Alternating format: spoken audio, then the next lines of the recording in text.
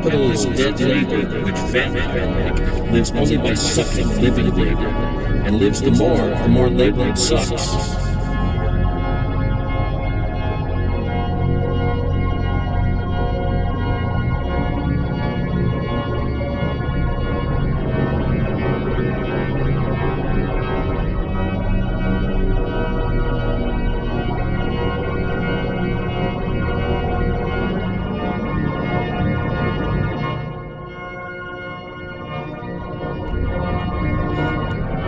The vampire thirsts for the living blood of labor. It will not lose its hold so long as there is a muscle, a nerve, a drop of blood to be exploited.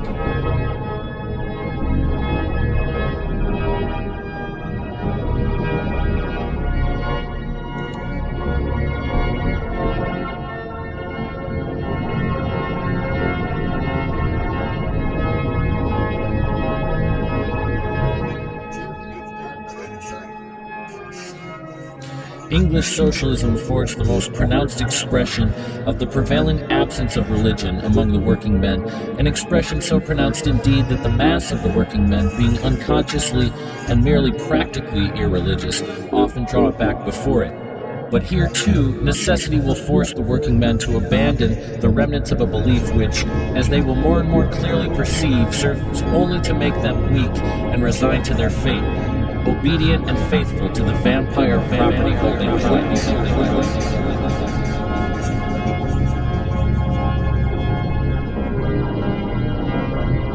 Allow me to welcome you to the second half of the Pioneers of American Socialism Halloween special. And we are continuing today on the theme of spiritualism and its intersection with socialism in the 19th century United States. We're going to talk about Victoria Woodhull, who was known as the Witch of Wall Street, and her intersections and her experiments in spiritualism. And we'll talk about the Harmonia community in Battle Creek, Michigan. That was a spiritualist community, and we'll also talk about Excelsior in Utopia, Ohio, which was a spiritualist community that ended in tragedy. So thank you for listening again, and this will be a bit of a finale for Pioneers of American Socialism, at least for this year. So enjoy!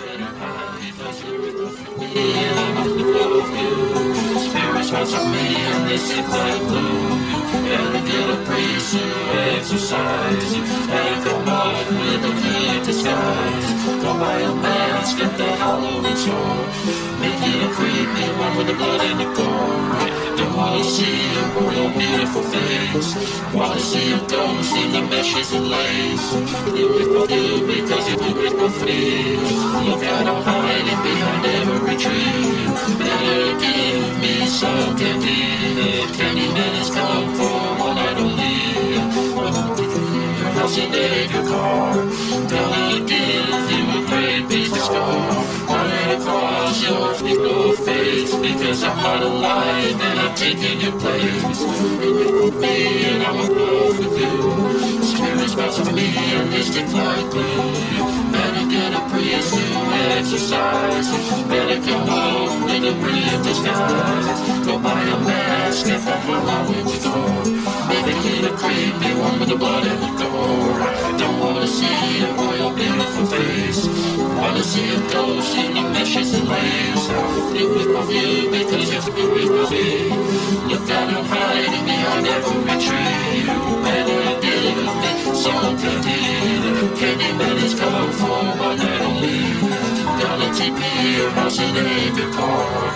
Gonna give you a great big scar right across your feeble face. Because I'm not alive, Lord, I'm taking your place.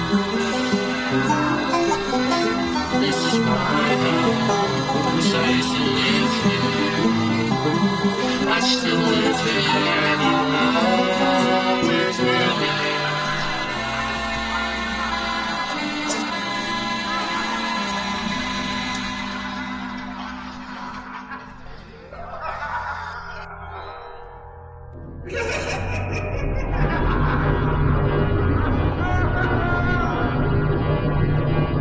want to mention that I've used a bunch of cartoons from the cartoonist Thomas Nast and also James Bailey. Nast was known for depicting communists as skeletons. That famous cartoon of the skeleton wearing the sash that says communist. It's been changed to a meme. Now the sash says be gay, do crimes, and the sign, instead of talking about free love and other gripes about communism, it says I'm back on my bullshit. So if you've seen that meme, that's from the Thomas Nast cartoon where he but there's a series of them where he depicts communist skeletons. And then the artist James Bailey did the cartoon that I've used many times, the Hurly Burly Pot, that depicts different influences in the country that he saw as dividing the country: free soilers, abolitionists, right, different interests. But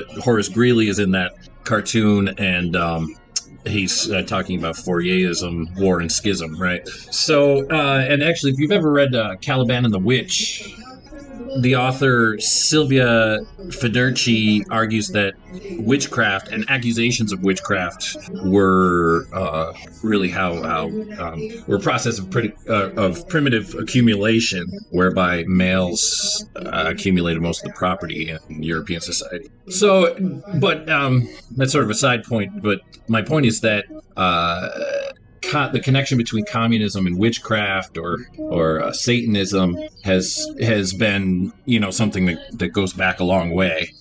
Clearly, Nast and Bailey were doing cartoons in the 1840s.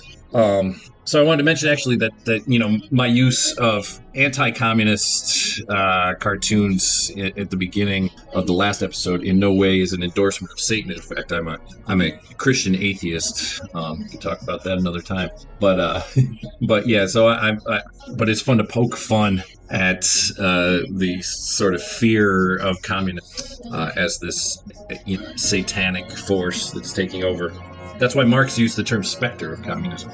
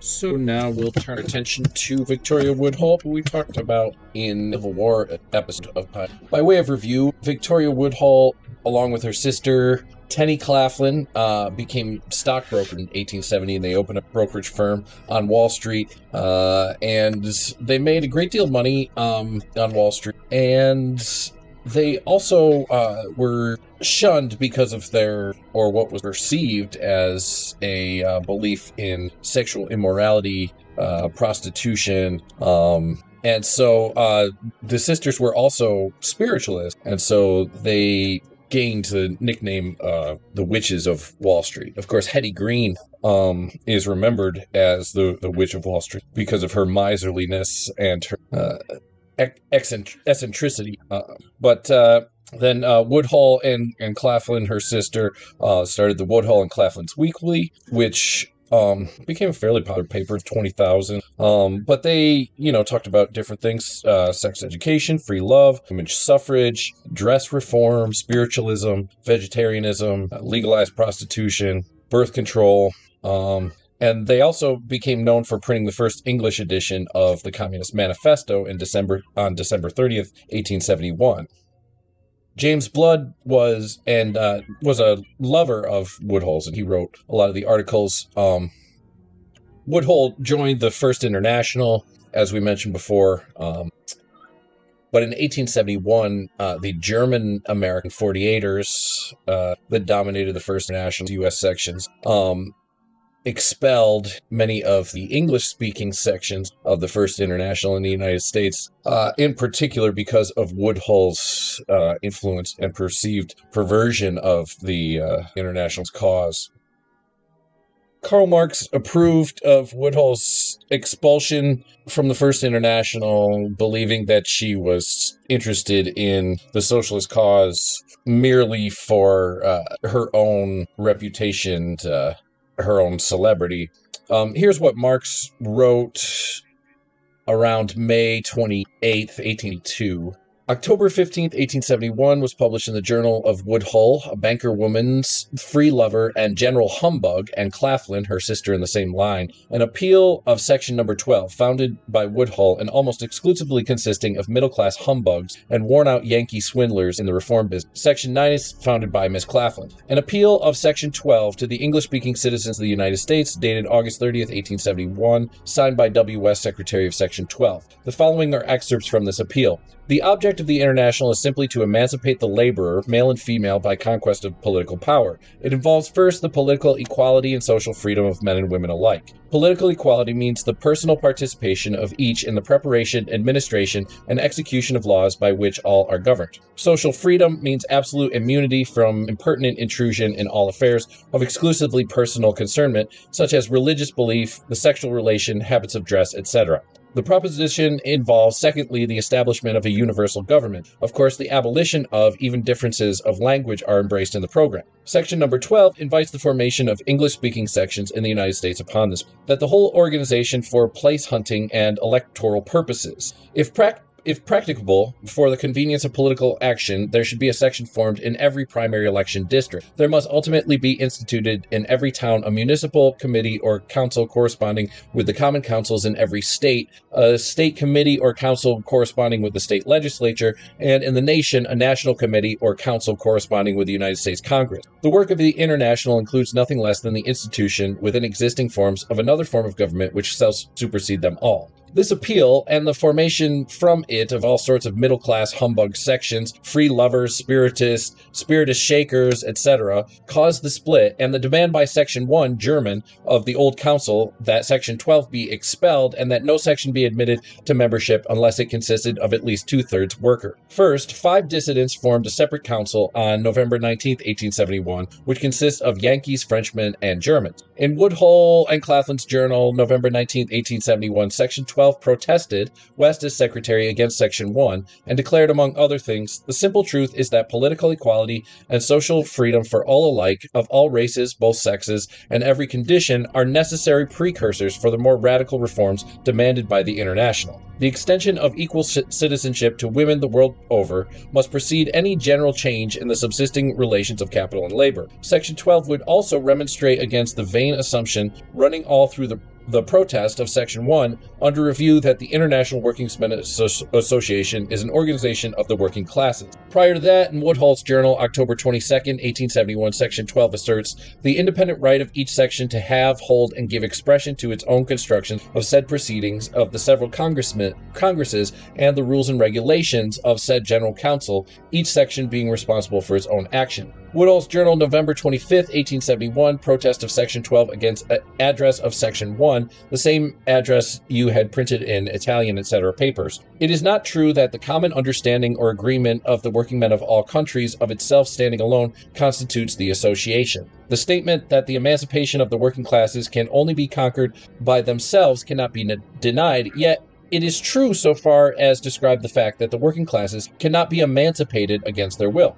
December 3, 1871, the new Federal Council of North America formally founded, Yankees, Germans, Frenchmen. December 4th, the Old Council 10 Ward Hotel denounces the swindlers in a circular to all sections of the International in the United States. It states, among other things, in the committee of the Old Central Committee, which was to be a defense against all reform swindles, the majority finally consisted of practically forgotten reformers and panacea mongers. Thus, it came about that the people who preached the evangels of free love sat fraternally beside those who wanted to bring to the whole world the blessing of a single common language. Land cooperatists, spiritualists, atheists, and deists, each striving to ride his own hobby horse. Particularly Section 12, Woodhull. The first step that has to be taken here to further the movement is to organize and at the same time arouse the revolutionary element to be found in the opposing interests of capital and workers. The delegates of sections 1, 4, 5, 7, 8, 11, 16, 23, 24, 25, and others, having seen that all efforts to control this mischief were in vain, decided after the adjournment of the old Central Council December 3rd, 1871, to establish a new one which would consist of real workers and which would exclude all those who would only confuse the question. West elected as delegate of the new council. It is to be noted that the new council quickly filled up with new delegates, mostly from the new sections founded by Section 9, Claflin, and Section 12, Woodhull, riffraff mostly, moreover insufficiently strong or numerous to elect the necessary officers. Meanwhile, the Woodhull Journal, West, etc., lied unashamedly when it asserts that it was sure of the support of the General Council. Both councils appealed to the General Council. Various sections, for example, the French section number 10, New York, and several Irish sections, withdrew their delegates from both councils until the General Council made its decision. Lies of the Woodhull Journal, in an article of December 2nd entitled Section 12, sustained the decision of the General Council. This was the decision of the General Council, November 5th, 1871, which, on the contrary, sustained the Central Committee against the claims of Section 12, which tried to replace it as Yankee. Resolutions of the General Council, March 5th and 12th, 1872, the fate of the International in the United States depended on it. In passing the Humboldt cult, which the Woodhull Journal had purchased to date, should be noted. As soon as the resolutions reached New York, the fellow counter committee began to follow their old tact. They had first discussed the original split in the most notorious New York bourgeois papers. Now they did the same against the General Council, presenting the matter as a conflict between Frenchmen and Germans, between socialism and communism, to the joyous cry of all labor-hating organizations. Very characteristic were the marginal comments in Woodhull's Journal, May 4th, 1872, on the resolution of the General Council. Before that also, Woodhull's Journal, December 15th, 1871. No new test of membership, as that 2/3 or any party of a section shall be wage slave, as if it were a crime to be free, was required, particularly in the composition of the Counter Council, Woodhull's Journal, May 4th, 1872. In this decree of the General Council, its authors presume to recommend that in future no American section be admitted, of which 2/3 at least are not wage slaves. Must they be politically slaves also? As well, one thing as the other. The intrusion into the International Workingmen's Association of bogus reformers, middle-class quacks, and trading politicians is mostly to be feared from that class of citizens who have nothing better to depend upon than the proceeds of wage slavery. Meanwhile, as the presidential elections approached, the cloven hoof showed itself, namely, that the Internationals should serve in the election of Madam Woodhull. Apropos, in an article signed W. West in Woodhull's Journal, March 2nd, 1872, one reads, "The issue of the appeal of Section 12 to the English-speaking citizens of the United States in August last was a new departure in the history of the International, and has resulted in the recognition of the General Council of political equality and social freedom of both sexes alike, and of the essential political character of the work before us."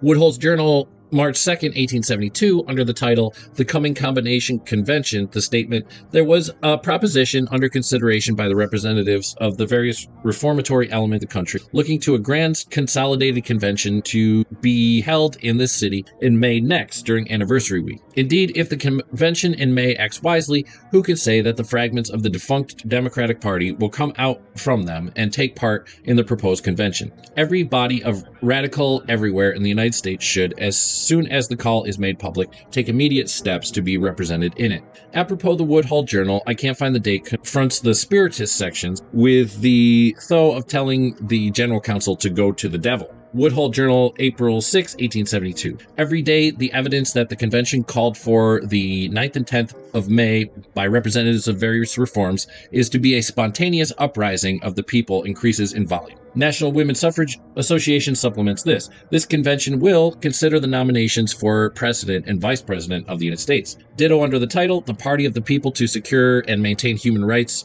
to be inaugurated in the United States in May 1872. The appeal was headed by signature Victoria C. Woodhull, followed by Theodore H. Banks, R.W. Hume. Banks, one of the founded of the Counter Council. In this appeal, the convention will consider nominations for President and Vice President of the United States. Specifically invited are labor, land, peace, and temperance reformers, and internationals and women's suffragists, including all the various suffrage associations, as well as all others who believe the time has come when the principles of eternal justice and human equality should be carried into our halls of legislation. Woodhull Weekly, April 13, 1872. The presidency dodge is presented even more clearly, this time for a change. Internationals and other labor reformers, the friends of peace, temperance, and education, and by all those who believe that the time has come to carry the principles of true morality and religion into the State House, the court, and the marketplace. Under the title The Party of the People, etc., a new appeal, always with Victoria C. Woodhull at the head, followed by the chief scamps of the Counter Council, Thomas H. Banks, R.W. Hume, G.R. Allen, William West, G.W. Maddox, the subsequent president of the Apollo meeting, J.T. Eliot, the English secretary of the Counter Council, T. Miller, delegate of the French Section 2. Woodhull's Weekly, it isn't called Journal, April 20th, 1872, continuation of the same dodge. The list grows, always headed by V.C. Woodhull. There are also honorables. Woodhull's Weekly, April 17th, 1872, continuation of the same ballyhoo, begins to print the list of delegates. Woodhull's Weekly, May 4th, 1872, continuation of the dodge, constant reprinting the same and of enlarged list. Woodhull's Weekly, May 25th, 1872, at last, Apollo Hall scandal, May 9th, 10th, and 11th. Woodhull for President of the United States. Frederick Douglass for Vice President. Maddox of Counter Council, President of the Convention for Stay. Laughingstock of New York and United States. The rest, officials of Counter Council, John T. Eliot, Vice President, G.R. Allen, Secretary, and member of the Committee on Resolute Platform. In the later committee, Thomas Banks, one of the 5 founders of the Counter Council, November 1971. Also, Mrs. Maria Hulick on one of the committees. In the Central National Committee of New York, there figure G.R. Allen, Thomas H. Banks, next to Colonel Blood, member of Section 12 and lover of Victoria, J.B. Davis. Breakup of the Counter Council. Section 2, French removes Longrand, until then French Secretary of the Counter Council as delegate. They accuse the fellow of using the organization for political purposes and as a sort of adjunct to the free love branch of the Women's Rights Party. Citizen Millot, he proposed the withdrawal of Section 2 from the Counter Council, which was accepted, stated upon the introduction of the resolution that only 3 sections, 9 Claflin, 12 Woodhull, and 35 were represented in the Apollo Hall's Odds and Ends Convention by scheming men for political purposes, and that the delegation in the said convention presenting to act for the Federal Council was a spurious one and self-appointed. But the Federal Counter Council did not repudiate them. The World, May 13th, 1872. Section 6, German removes its delegate, E. Gross, ex-private secretary of Herr von Schweitzer, and threatens to withdraw if the Counter Council does not accept all the resolution of the General Council. Les Socialistes, New York, May 18, 1872. Section 2 of New York at its Sunday meeting, May 12th, adopted the following resolutions. Considering, etc., that Section 2 has reason to believe that the Union of Jewelers refuses to affiliate with the International, and that, meanwhile, a delegate continues to represent it in the Federal Council. That Section 2 has reason to think that other delegates represent fictitious sections or those that are composed of only 6 to 8 members. Section 2 declares that an investigation is necessary, etc. Considering that, rightly or wrongly, Section 12 has been suspended by the General Council, acting by virtue of the authority given to it by the Congress of Basel, Section 2 protests against the Federal Council having a delegate from Section 12 with a deliberative voice. Finally, considering that the International is an association of workers having for its objective the emancipation of workers by workers themselves, Section 2 protests against the admission of sections in which the majority is made up of non-workers. Other resolutions of Section 2. Section 2 recognizing the principle of women's right to vote in view of the insinuations of citizens Woodhull at the meeting in Apollo Hall, leading the public to believe that the International supports her candidates, declares that for the present, the International cannot and should not be taken in tow by any American political party, for none of them represents the workers' aspirations, none of them has for its objective the economic emancipation of workers. Section 2 has thought that our sole objective ought to be for the present the organization and solidarity of working class in America. Under the title Internationals Watch Out, the same issue of Socialist states, among other things, the International is not and cannot be persecuted in America. The politicians, far from aiming at its destruction, think only of using it as a lever and supporting point for the triumph of their personal views. Should the International let itself be dragged into this path, it would cease to be the association of workers and become a ring of politicians. For a long time now, there have been cries of alarm, but the convention in Apollo Hall nominating in the name of the International Madam Woodhull as a candidate for presidency should henceforth open the eyes of the less perceptive. Internationals of America, watch out. The World, May 20th, 1872, sitting of Counter Council, May 19th, 1872, Maddox of Apollo Hall in the chair, withdrawal of 8 delegates for 8 sections, French and German. Herald, May 20th, 1872, reports the same sitting under the heading, "The French are insulted and leave in disgust." Terrible slang, but 1,500 members in the United States, a split among the Internationals of London. The Woodhull crowd victorious. Resolutions of General Council of May 28, 1872, by which, in reply to the questions put by the German sections of St. Louis and the French section of Nouvelle Orleans, the old council, Provisional Federal Council of the United States, is alone recognized. So, I like to always, bring Marx's critique directly into here. So it may be a little bit inside baseball kind of stuff, but I think this kind of stuff is very interesting. So Woodhull, being a capitalist, a Wall Street brokerage firm owner and proprietor, obviously was not a representative of the working class. And one of the major differences between Marx and Woodhull was this idea that at least 2/3 of the International should be composed of working class members.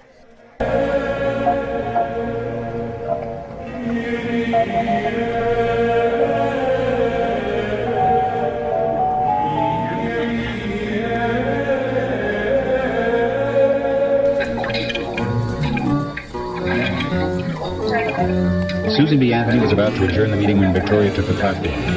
She wanted to invite the National Women's Suffrage Association to join the Equal Rights Party to nominate candidates for President and Vice President of the United States. The Equal Rights Party was comprised of both men and women. Susan B. Anthony flatly refused. If she were influenced by women's spirits, I might consent. But she is wholly owned and dominated by men's spirits, and I spurn the control of the whole lot of them. Susan B. Anthony. The truth was that nobody owned or dominated Victoria Woodhull. Ignoring Susan B. Anthony, Victoria took the platform and carried the motion overwhelmingly. Everyone was invited to join the Equal Rights Party the following morning at Apollo Hall. Order! Order! Order! Order! Anthony furiously rapped her gavel. This didn't bother Victoria, who continued to speak. In a huff, Anthony stormed off and demanded the janitor to turn off the gas lights. From this convention will go forth a tide of revolution that shall sweep over the... Victoria, still talking, was left in the dark. And that was a clip from the 1998 documentary, America's Victoria, Remembering Victoria Woodhull, directed by Victoria Lynn Weston and starring the voice of Kate Capshaw as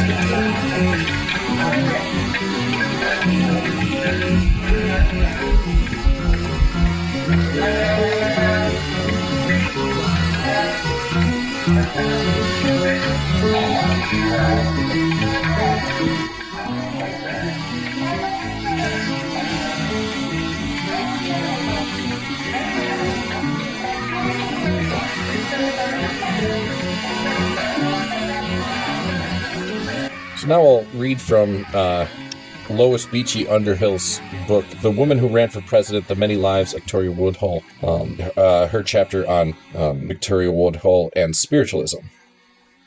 Woodhull now began arduously to cultivate an esoteric base of supporters, the spiritualists. Vineland, New Jersey was the capital of spiritualist country, and Woodhull went there on Sunday, September 9th, 1871. She had built bridges during the summer by reporting spiritualistic news in the weekly and running announcements for their meeting. The Vineland Spiritualists had organized a September weekend of activities, and Woodhull arranged to be on their schedule. In embracing the Spiritualists, Woodhull was taking the biggest gamble of her nascent political career. The Spiritualists had never been politically active, but they were potentially a larger constituency than either the suffragists or the labor reformers. Woodhull meant to convince them that the millennium they believed in was the United States of America in 1872. If she could politicize them, she would create a powerful new voting bloc. It was an innovative and daring concept. To succeed, Woodhull had to convince the Spiritualists that she was one of them. She had never before been active in any of their meetings or organizations, but Vineland would change that. At her Sunday meeting, she and the assembled Spiritualists listened to readings from Tilton's biography of her. The work had been intended by Woodhull as a campaign biography for spiritualist sensibilities. The reader began, "I must now let out a secret. She, Woodhull, lived her life by the help, as she believes, of heavenly spirits. She had entertained angels, and not unawares, these gracious guests have been her constant companions. They dictate her life with daily revelation. Her writings and speeches are the products of their indwelling in her soul." The reading went on to Woodhull's childhood visions and then to a somber picture of her home life, the abuse she suffered as a child, her unhappy marriage to caning Woodhull, the birth of her mentally handicapped son, events intended to gain sympathy and understanding for Woodhull's unconventional home life. The biography returned to a basic premise of Woodhull's. She believes that intellectual power has its foundations in spiritual inspiration. As the work ventured into the details of Woodhull's inspirations, Tilton's storytelling took over. In pleasant weather, she has a habit of sitting on the roof of her stately mansion on Murray Hill, and there communing hour by hour with the spirits. This kind of divine inspiration was an accepted convention among the spiritualists. Woodhull had calculated that they would respond to her ideas more favorably if she attributed them to otherworldly powers, and Tilton was placing Woodhull in this tradition. Tilton described Blood as a reverent husband to his spiritual bride, the sympathetic companion of her entranced modes, and their faithful historian to the world. He called Blood a fine-grained transcendentalist. This picture of Blood and Woodhull working together duplicates the relationship between Andrew Jackson Davis, one of the most highly regarded spiritualist leaders, who was a trance recipient, and his wife Mary, who recorded his words. It was a pattern familiar to spiritualists and a model for spiritualist marriage relationships. Tilton, with his subject's careful prompting, had succeeded in portraying Woodhull and Blood as a simply ideal spiritual couple. Tilton turned to the spiritual underpinnings of Woodhull's life as a public speaker. This episode also reflected a storyteller's guide. Woodhull had known her audience when she told her story to Tilton, knew that the spiritualist would respond to her invention. The chief among her spiritual visitants, a matured man of stately figure, clad in a Greek tunic, prophesied to her that she would rise to great distinction and that she would emerge from her poverty to become the ruler of her people. Woodhull identified her spirit guardian as Demosthenes, the great leader and orator of Athenian democracy. Her showmanship took over in the fabrication of an historical adult guardian angel, but she was capable of convincing herself that Demosthenes' vision contained an underlying truth. Demosthenes became her favorite invention. The reading concluded with an account of Woodhull's religion. When under a strong spiritual influence, a strange and mystical light irradiates from her face. Tilton said calling her a spiritualist of the most mystical and ethereal type led to speculate profoundly on the transformation from our mortal to our immortal state, deducing the idea that the time will come when the living human body, instead of ending in death, will be gradually refined away until it is entirely sloughed off and the soul only remains. With these words, Woodhull identified herself with the most treasured belief among the spiritualists, that of a continuous life of the spirit. Serious spiritualism constituted an underground movement within established religion. It served as a way station for those abandoning the harsh Calvinism of an earlier generation, but not yet ready to relinquish their belief in an afterlife. It expected, in the spirit of scientific inquiry, to establish a material basis for the soul. Rather than anticipating life in a distinct heaven after death, it conceived of the spirit as experiencing a continuous and uninterrupted. The concept appealed to Woodhull, and she would often speculate about it in the future. Woodhull had judged the spiritualists astutely, and her biography was well received in Vineland. Following the reading, Colonel Blood proposed 2 resolutions. The first, thanking the reader, the second stating that the meeting deeply appreciated Victoria Woodhull and her Equal Rights Party. By publicly identifying herself with spiritualism, Woodhull certainly risked losing credibility among those who considered it misguided. The Tilton biography provided ample material for censure and satire, but the response of the press was surprisingly muted. A votive biography was the consensus reported by the Brooklyn Eagle. Harper's Weekly said more skeptically, if apples are wormy this year, and grapes mildewed, and ducks' eggs addle, and bladed corn be lodged, it may be ascribed to the unhallowed influence of Mr. Tilton's life of V.W. The suffragists reacted according to their tolerances for spiritualism.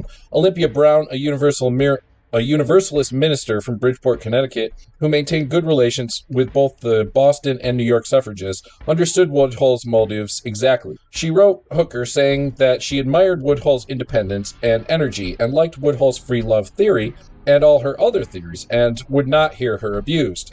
But the Demosthenes story made Brown doubt Woodhull's sincerity. Demosthenes and the spirits are humbug, she wrote, calculated to be with the superstitious, and the crowd likes her. Ellen Wright Garrison, niece of Lucretia Mott, expressed the conservative view in a letter to her mother asking, "How do you like Theodore Tilton's biography of Mrs. Woodhull? Can anything but infatuation and aberration explain its absurdities? Too ridiculous, almost even to ridicule." Elizabeth Cady Stanton, pragmatic as usual, called Woodhull a grand woman and accepted the theoretical invention of Demosthenes as a bit of a poetic license. Later in the year, she wrote Woodhull playfully, "Will you ask Demosthenes if there is any new argument not yet made on the 14th and 15th Amendments that he will bring out?" Assuming rightly, as had Olympia Brown, that Woodhull had enlarged on her spirit guide to pander to the credulous.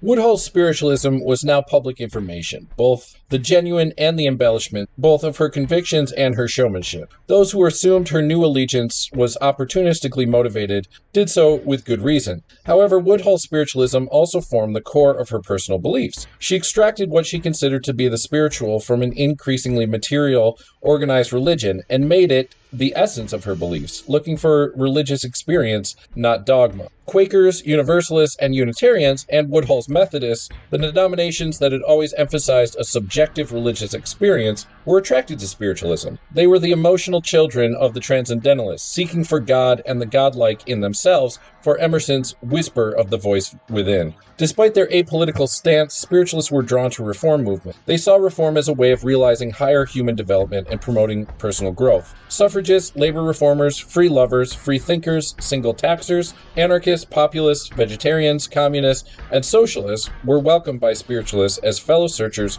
for new social truths. Woodhull hoped to bring this private moral fervor into the public sphere of politics. Humanitarian government was her name for this concept. The spiritualistic trances Tilton had written about were theater on Woodhull's part, but she had also lived through the genuine article. As a young woman, she had from time to time experienced altered states of consciousness that she considered trances. When she said, "The sensation on returning to my body was that of having suddenly fallen from a height, but without harm, I began to feel as if I had something to do which was worth doing." She was describing feelings typical of a trance. It is a vivid sensory experience that leaves in its wake a profound sense of its importance. At the onset of a trance, the recipient often feels anxiety, which gives way to euphoria, ineffability, a joy too great to be described, an ecstasy akin to orgasm. Woodhull felt as her mother had with her glossolalia, a condition of exaltation which lifted her. Woodhull's trance experiences appear to have helped her through difficult events in her life and given her a sense of purpose. Woodhull's evaluation of her trances was instructive. Had we not been poor, uneducated, obscure people without position or prospects in the world, we should probably not have been so ready and willing to yield to trances. She rejected the word hallucination. She insisted that she had experienced something very different from ordinary imagination, a distinct class of mental phenomena having a quality and value of their own. Woodhull had discussed her altered states with ministers and doctors, but found them ignorant or pretentious. They hadn't helped her understand herself any better. As Woodhull grew older and more sophisticated, she lost the ability to enter these altered states and regretted the loss. Psychologists began to study the unconscious as the 19th century drew to a close, and trances were examined as a form of hysterical behavior, as possible manifestations of split or multiple personalities. However, Woodhull's trances were not a form of mental illness, rather they endowed her with a unique means of voicing authority, a means that was otherwise disallowed women by the conventions of the time. Difficult as it may be for those of us from another generation to believe, Woodhull's ingenuity and individualism, Her admirable independence of thought seemed to have grown out of what we, like Olympia Brown, think of as superstition. That aspect of Woodhull's spiritualism was entirely genuine. She believed she had been born and reared and educated under the influences from the unseen world for a special mission to the world. Woodhull took a forceful stand against what she considered to be the charlatans among the spiritualists, the rappers and the table lifter. Not long after her biography came out, she wrote that spiritualism was too materialistic, too dependent on physical manifestations. When mediums have been exposed, the spiritualists have shown too much readiness to defend them in spite of the evidence against them. This course had not only seriously weakened the public faith in the honesty of their convictions, but also in the general doctrines upon which spiritualism as a whole rests. Woodhull's success in Vineland encouraged her to attend the American Association of Spiritualists National Convention in Troy, New York, a few days later. She prepared the way by making spiritualism the lead editorial in the weekly on the week of the convention, saying spiritualism would elevate the aspirations of humanity. September 12th found Woodhull speaking in Troy. She had come prepared with a new subject, the training of children, good advice to mothers. It was a politic choice. The spiritualist interest in education and their own children's lyceum had been on the agenda in Vineland. It was a subject of personal interest to Woodhull, and as she arranged for the education of her daughter, Zula Maud, now 10 years old. She spoke for the first time on a subject that would become a recurring theme for her, the importance of providing children with sex education. I simply know how it has come about that I am on this rostrum in the midst of a spiritualistic convention, Woodhull began disingenuous. I have been a spiritualist and a recipient of heavenly favors ever since I can remember. I have not been known to spiritualists, nor they to me. In my humble way, I have been an earnest advocate of the principles of the spiritual philosophy. I thank the convention for its hand of fellowship. It was flawless spiritualistic language, and it came to her as easily as a drink of water. In a wave of acclamation, the spiritualists nominated and elected Woodhull president of their organization. This response went beyond Woodhull's expectations. If she had privately lobbied members of the convention for this position, no record of her efforts had survived. It seems to have been just as it appeared, a spontaneous outburst of enthusiasm. Woodhull had overwhelmed and later wrote in the weekly that her surprise at her reception and her nomination to the presidency of the society was equaled only by the gratitude she felt. She interpreted her election to the office as a confirmation of her political calling by higher powers, describing it as the chief honor of her life. She turned this honor into a call to political action. In a president's message to the association, a lengthy 5-column editorial in the weekly that ran in early November, she wrote, "I can only regard the fact of your election of me, personally a stranger to you, and by spontaneous action as your president, as in intimation that the great and influential body of spiritualists has arrived at a state of readiness to intervene actively in the political affairs of the country." She talked about her suffrage work.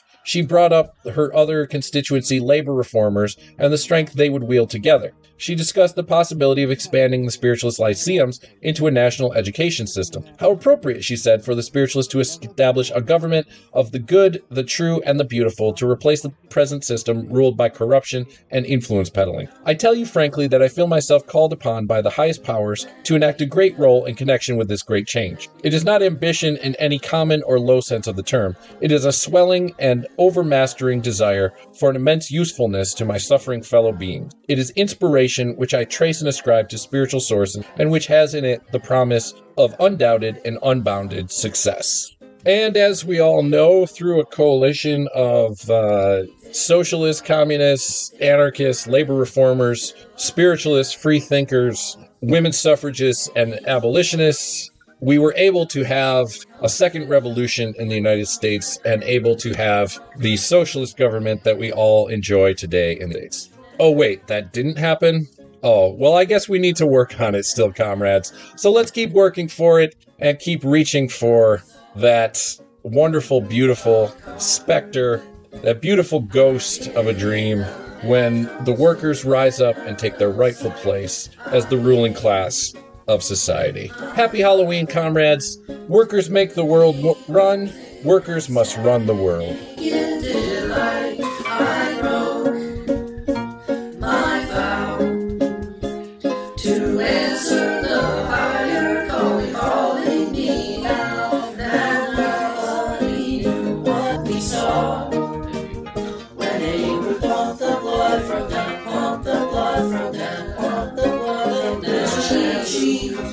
Turkish life.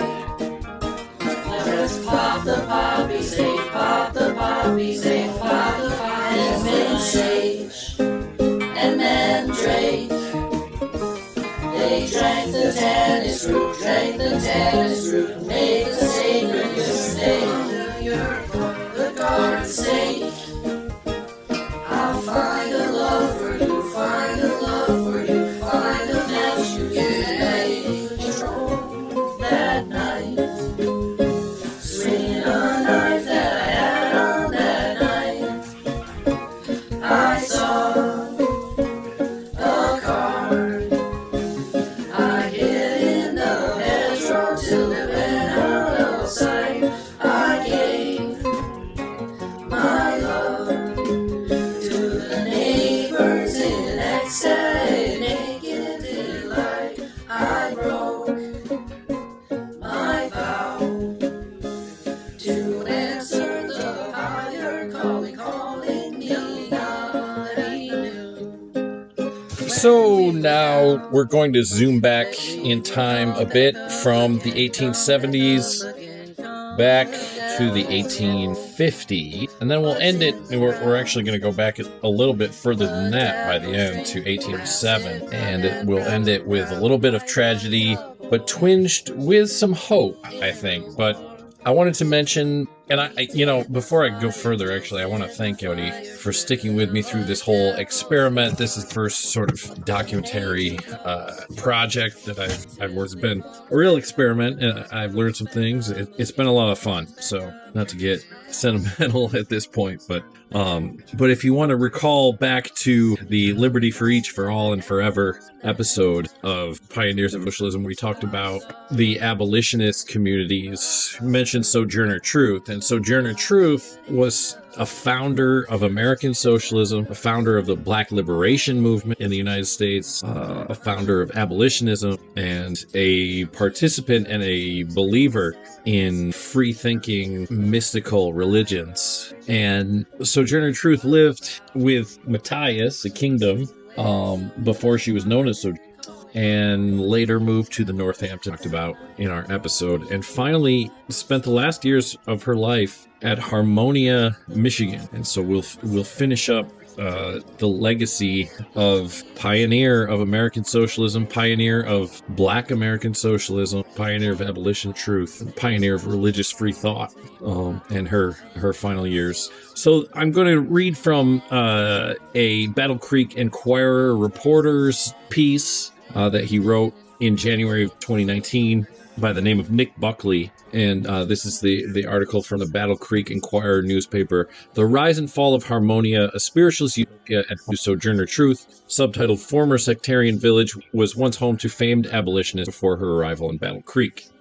Harmonia Cemetery sits atop a hill in a remote part of Fort Custer Industrial Park. Surrounded by an 8-foot barbed wire fence, 176-year-old burial ground is closed to the public, only accessible with permission from Bedford Township, which owns and maintains the property. There are at least 70 graves at the site. Many of the entombed remains belong to those who, in life, believed it was possible to communicate with the spirits of the dead. The cemetery overlooks a ghost village called Harmonia, a one-time utopian community which the famed abolitionist and women's rights activist Sojourner Truth for a time called home. Harmonia was established by Quaker pioneers who had converted to spiritualism, a religious movement that believed spirits and the dead existed and could communicate with the living, which swept across the country in the years before and during the Civil War. Financial troubles, a natural disaster, and finally the outbreak of World War I put an end to the one sectarian village. Harmonia is best remembered, if it's remembered at all, as the place that attracted Battle Creek's most celebrated citizen. However, the small village played an important role in shaping the area into a religiously tolerant community, laying the groundwork for Battle Creek's health reform movement and the cereal industry of the early 20th century.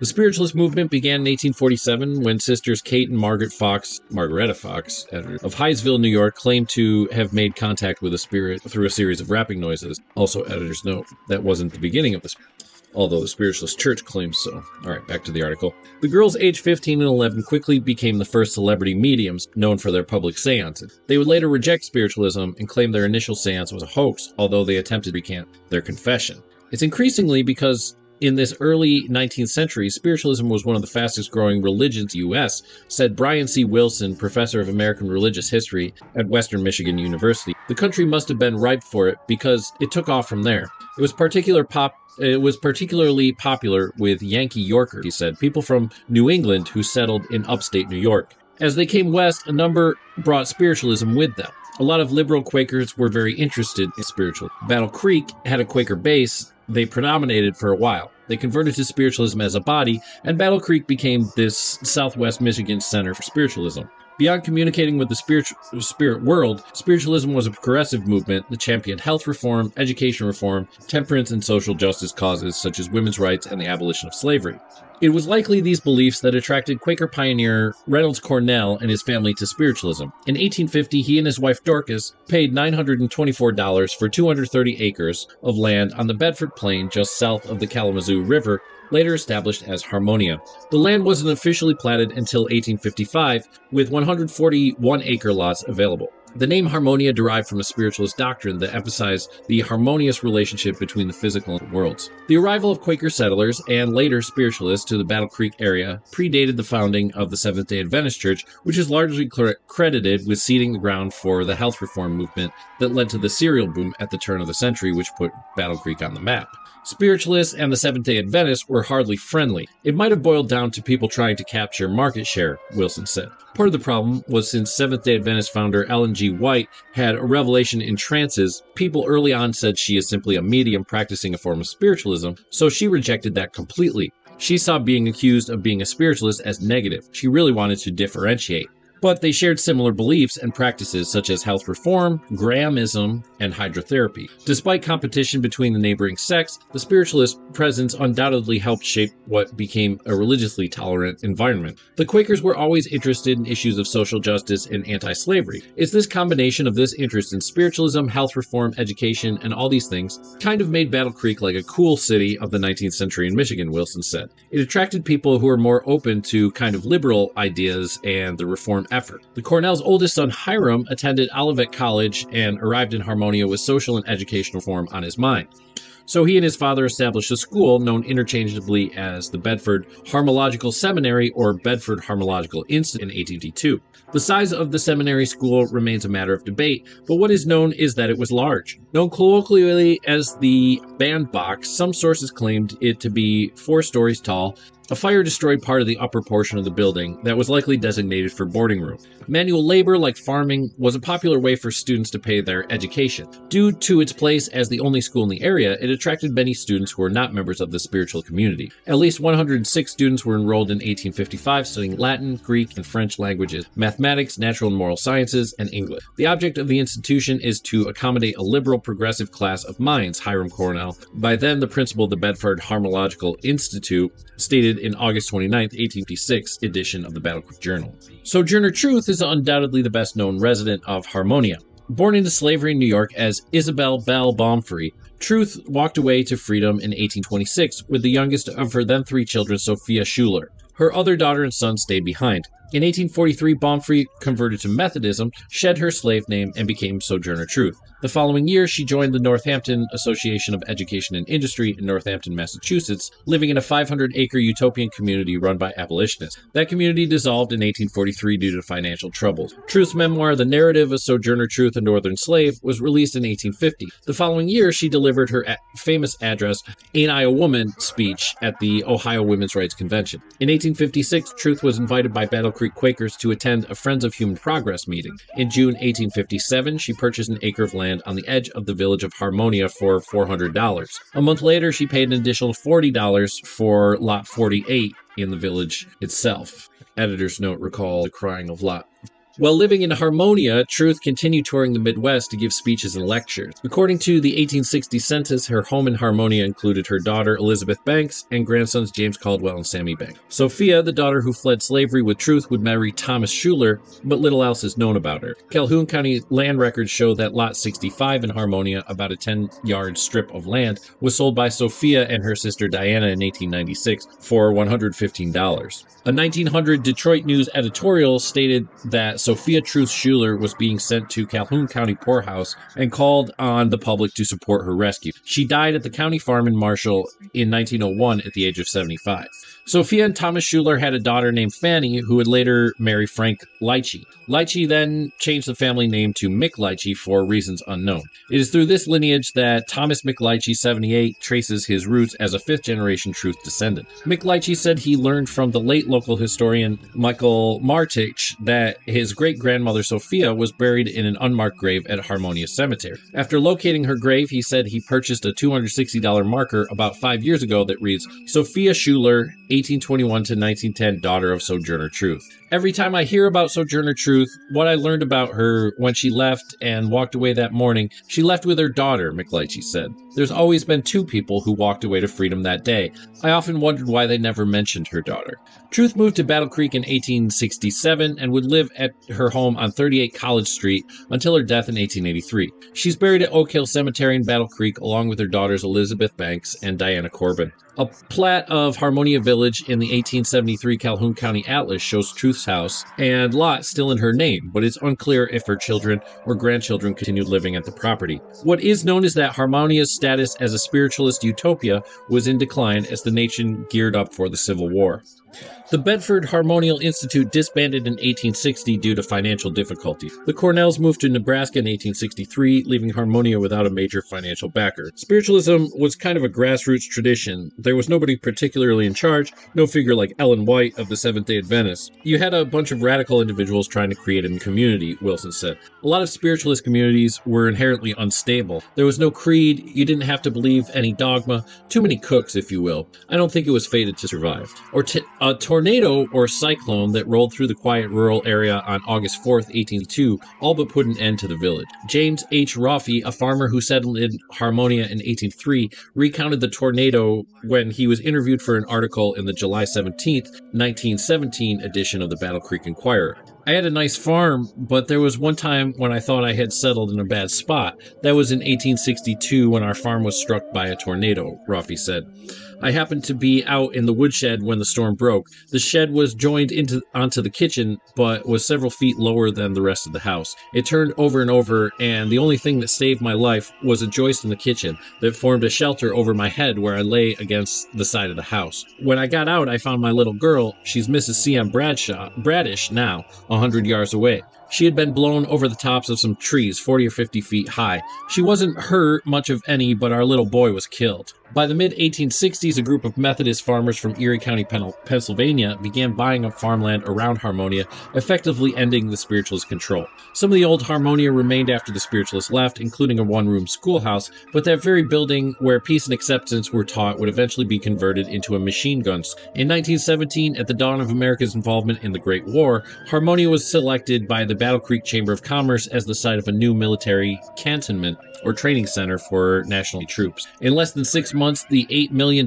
project was completed, and it was named Camp Custer, now the Fort Custer Training Center. It is estimated that 90,000 doughboys passed through the military camp en route to combat in the Great War. James H. Brown, a local historian, taught at the Harmonia School in the 1880s. He was among visitors to return to the schoolhouse during its last days on September 24, 1970. That same year, in his rural life column in the Battle Creek Enquirer, Brown wrote of his former schoolhouse and the sign that had been placed above its entryway, Automatic Rifle School. But there is one schoolhouse that has the strangest sign over the front door that probably has ever seen attached to any district schoolhouse anywhere in the United States. Some time ago, that schoolhouse was deserted. Many of the pupils and their parents moved away. The stories of the old about the queer doings that were going on some 3/4 of a century ago didn't hold a candle to what was going on around that old schoolhouse these days, and all on account of the war.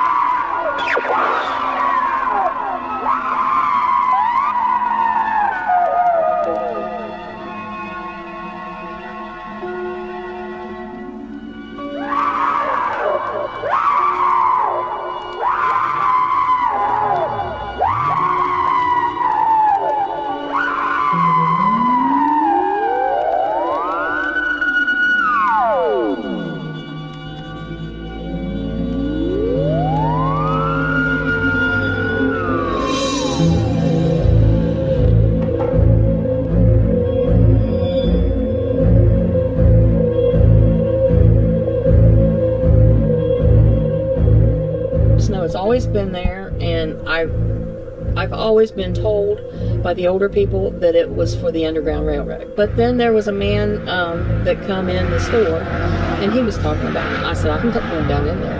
And then we got to talking, and he said that the roof in the church is made like the Romans built. You know, it's all rock, and it's all put together the right way to hold it together. Now, everybody that goes in seems to think it's sturdy. Well, for a long time I was afraid it would collapse. You know, something's going to happen, it's going to happen to me. Now, there have been people go down there, the ghost hunters, and they take pictures and say it's a ghost. I don't know. You know, it's just a flash. They built a building on the riverbank. And whenever they would have a storm, they would all go to the river, to the meeting house. Well, one night they did, and it was so bad that the river had a flash flood, and it wiped the building out, and most of the people, they drowned.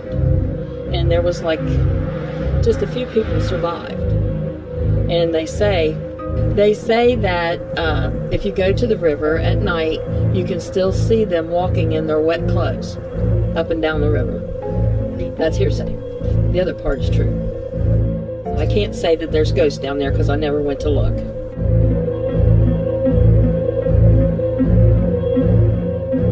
There is, right up the road, up 52 here, there is a house. It was a school, and it was changed into a house. And they say it's haunted. And that's how this town got its name, because they called it Utopia.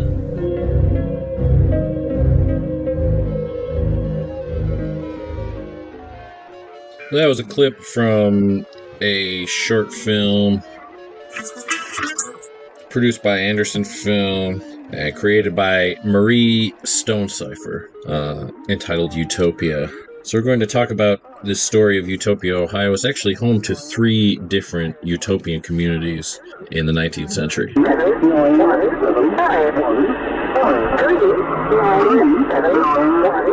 John O. Waddles had been one of the most enthusiastic members of the communist Skinny Atlas community in 1843.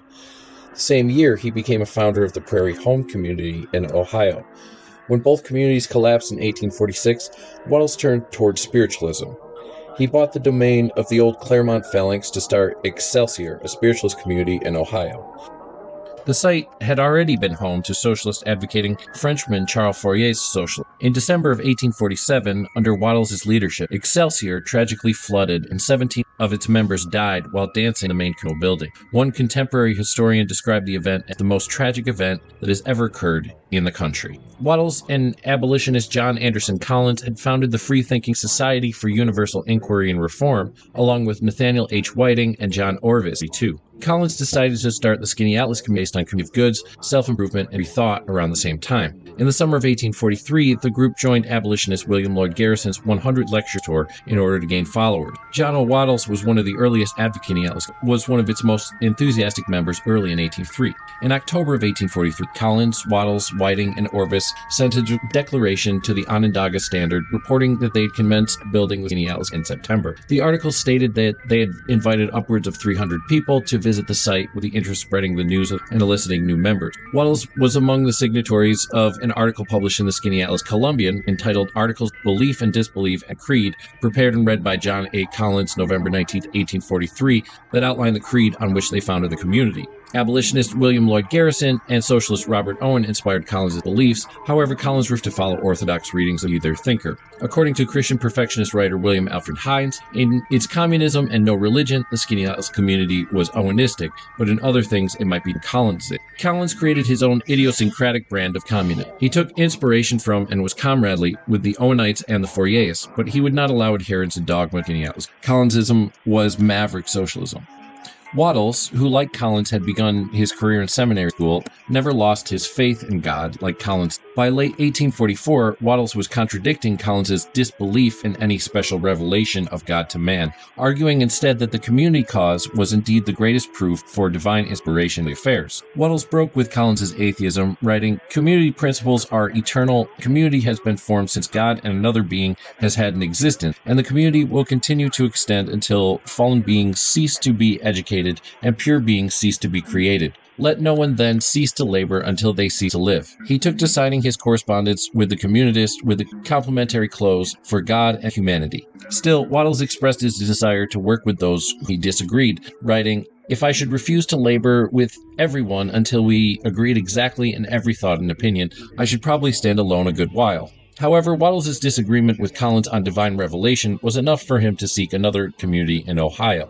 In December of 1843, Wattles spoke in Zanesfield, Ohio, to a community of mostly Hicksite Quaker. The speech ignited so much excitement that Wattles invited others from New York to speak there at a 3-day convention. Hicksite Quaker Valentine Nicholson reported that the convention awakened so much interest by the pictures we presented of the possibility of enjoying peace, harmony, more advantages for mental improvement and intellectual culture, that the entire neighborhood seemed ready to unite in the enterprise. A group that included Wattles, Nicholson, and other Hicksite Quakers from the area, Abraham Allen, resolved to begin the Prairie Home Community based on communist principles. They procured the Prairie Home domain in the spring of 1844. Wattles wrote, "The location is in one of those beautiful valleys which can only be found in the Western world. The 4 rivers, the Euphrates, and the tributaries that flowed from primeval paradise that was planted eastward in Eden could scarcely have afforded more beauty to the beholder and more utility to the dwellers there than those that run through this beautiful valley." Unfortunately, the effort did not last until the end of 1845.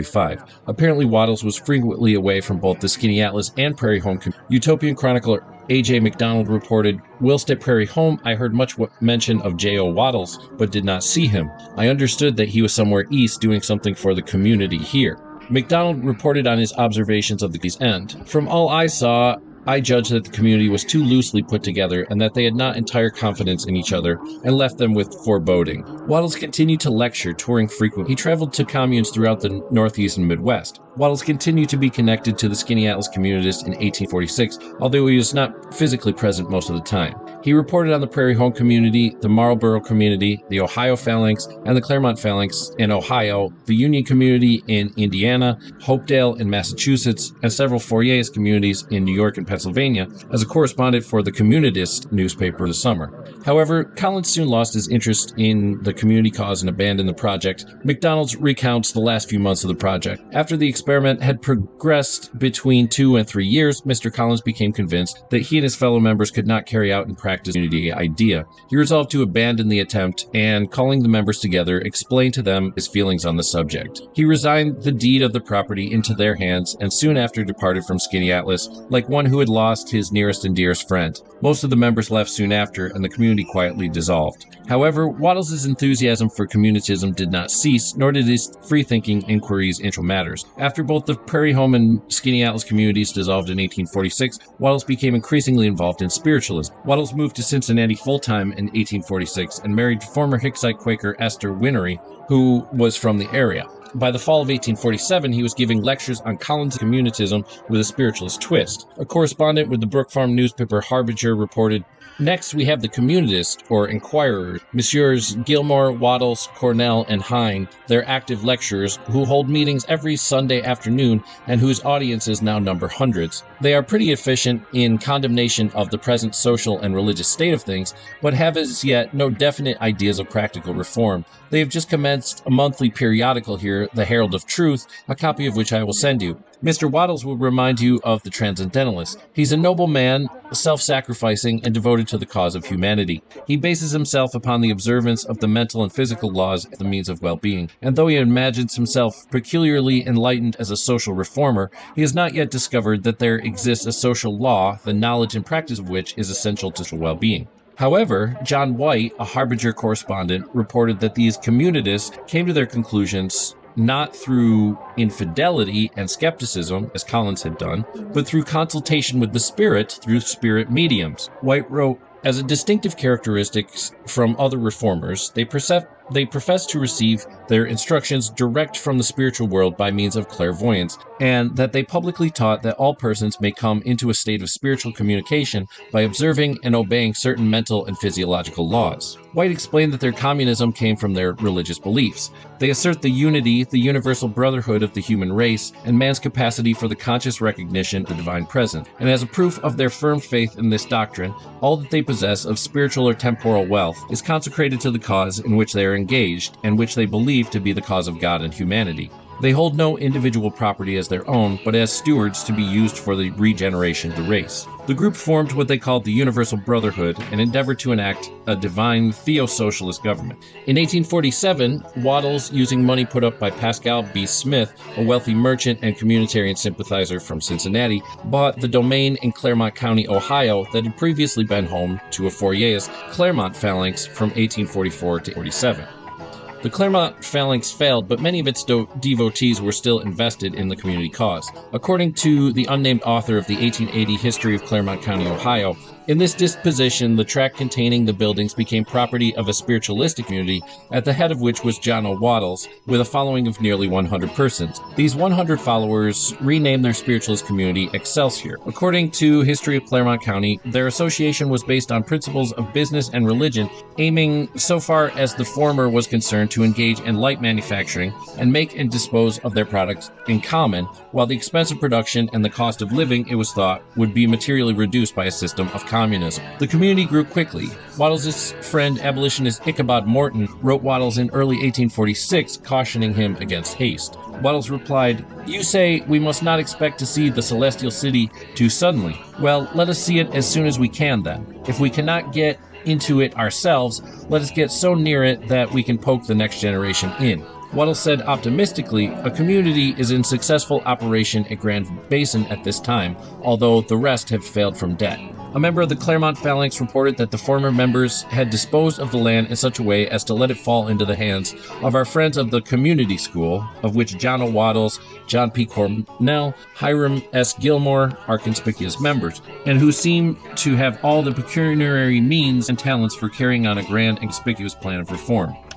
About a dozen families lived in shanties by the side of the Ohio River. There was also a large phalanstery or communal building. History of Clermont County reported, in order to better carry out their plans, the large brick building which the phalanx had erected was taken down and rebuilt on the riverbank near the site of the wooden building, but with unfortunate results, as we would see. A Harbinger correspondent reported in October 1847, "They are now putting up a small community building spaciously suited for 6 families, which for beauty, convenience, and durability probably is not surpassed in the western country." In December of 1847, the Ohio River flooded. The shanties filled with water quickly, so several families took refuge in the phalanstery.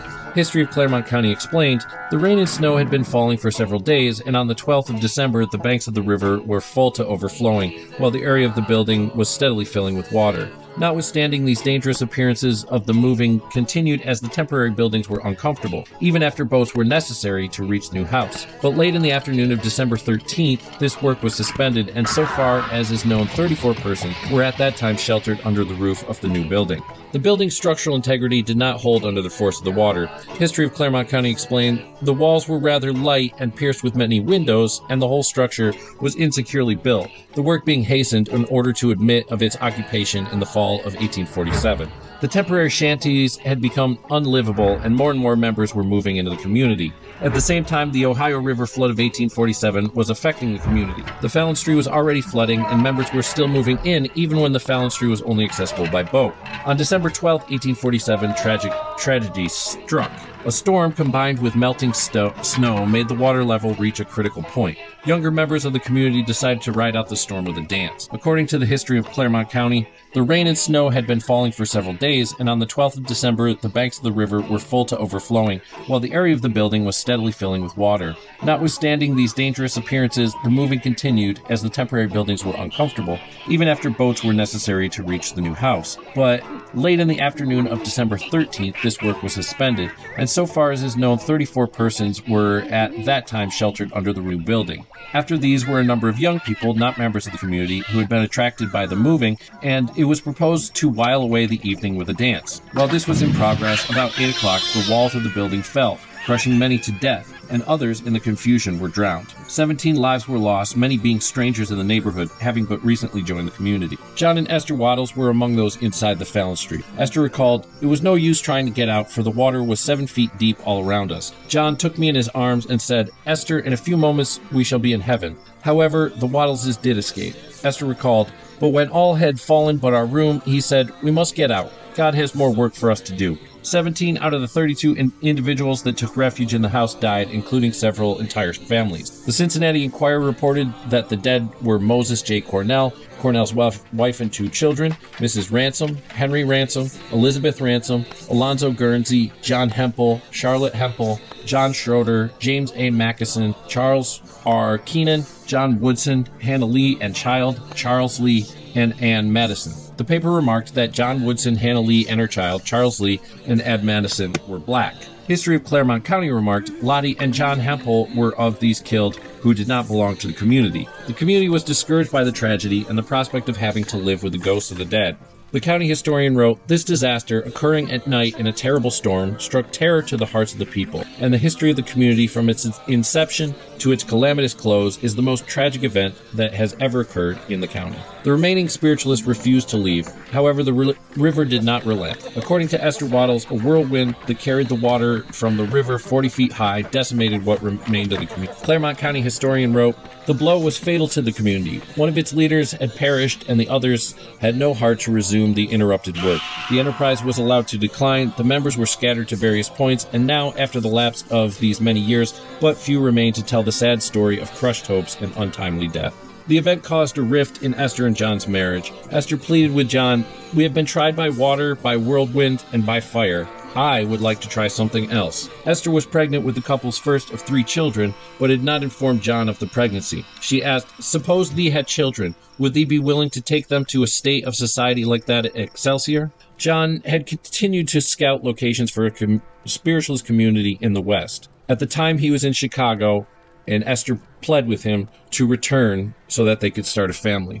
Apparently, a few members of the Claremont phalanx did remain on the domain. History of Claremont County reported, of the original phalanx comprising the Fourierist Association, Henry Jernigan and E.G. Cubberley yet reside at Utopia, and from then the writer has gleaned the above facts. As far as Waddles, he joined his brother Augustus in Kansas and became part of the Bleeding Kansas movement.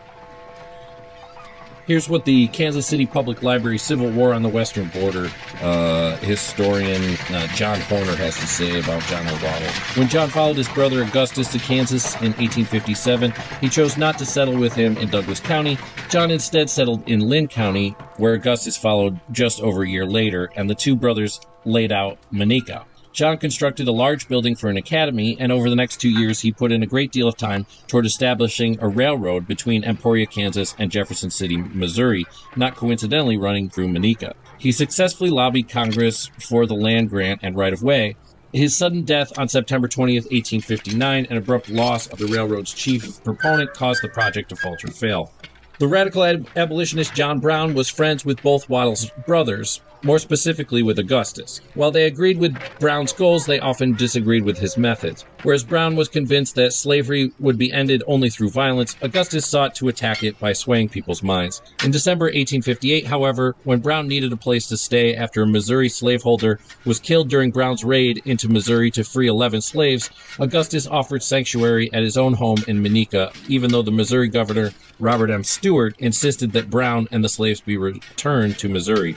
During his stay with the Waddles family, Brown wrote a letter he sent to the Lawrence Republican comparing his raid into Missouri with the Marais des Cygnes massacre, in which a raiding party from Missouri had crossed into Kansas and, near a settlement called Trading Post, killed 5 men suspected of being anti-slavery supporters while badly injuring 5 others. Wanting to protect the Waddles family from any retribution that would have followed had the pro-slavery element that Augustus had provided sanctuary to him, Brown indicated that he was writing not from Manica, but from Trading Post. During the last days before his execution, nearly a year later, Brown, in one of his final letters letters to his wife, referred to the Wattles family as most beloved and never to be forgotten by me.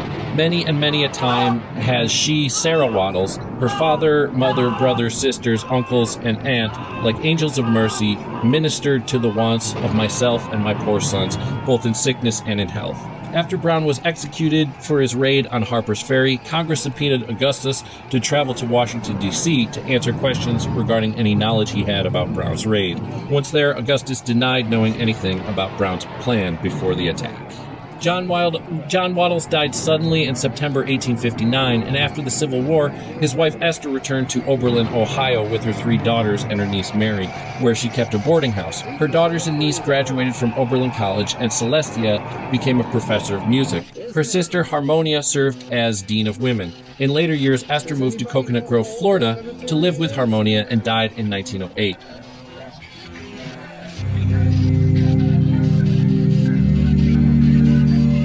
There was a group of people that came here to form their own utopia. They didn't want anybody else to come in. They wanted all to themselves, so they made up their rules. If my memory is right, I believe it was like around 150.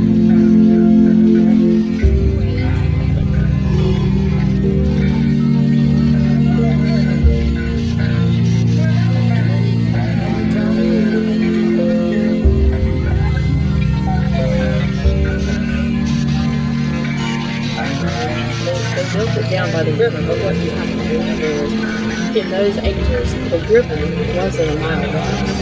You could walk across it. I mean, it was like a big pool. They went swimming in the river and walked across the river to Kentucky. It wasn't a big deal then. They all lived right here. They didn't go up the river. No. And those of these things they all lived over here because there wasn't most people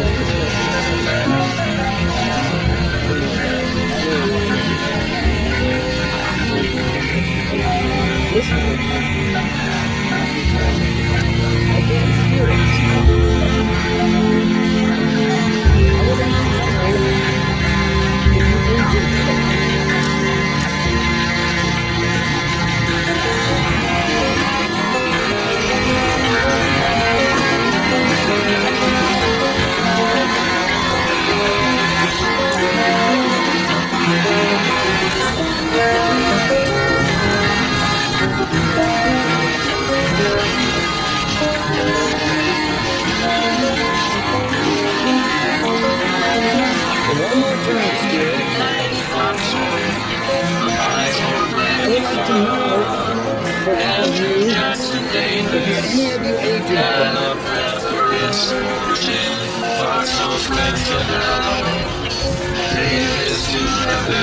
Can you come forth and tell me what the 1800s? Secret world it's only not time. Davis was transformed to a brute form just in time. We got a kingdom of heaven to the unities of life. With heaven being creator and the spirit of time. Well, spirits, I want to say thank you for communicating. I really appreciate it. Would any of you like to say goodbye before I leave? If you'd like to say goodbye, come up and say goodbye to me. Just come up to the spots and say goodbye. Here in New York, I lay my hands to sleep.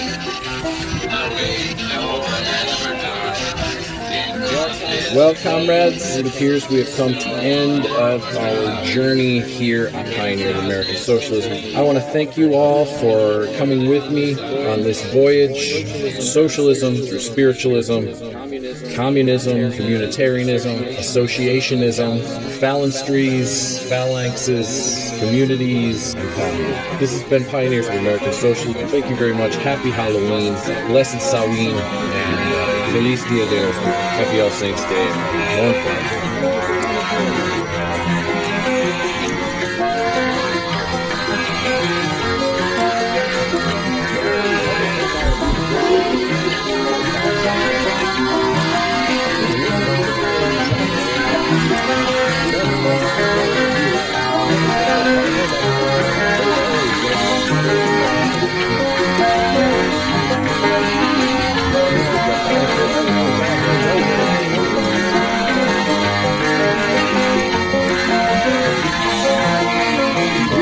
was an old cemetery. Don't know why they got the gate closed in the first place.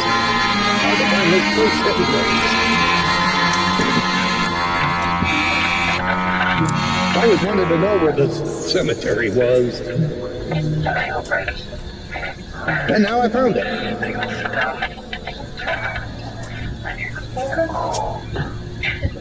Harmonia, it's called. It's here in Battle Creek. It's in the Fort Custer area here in Battle Creek, Michigan.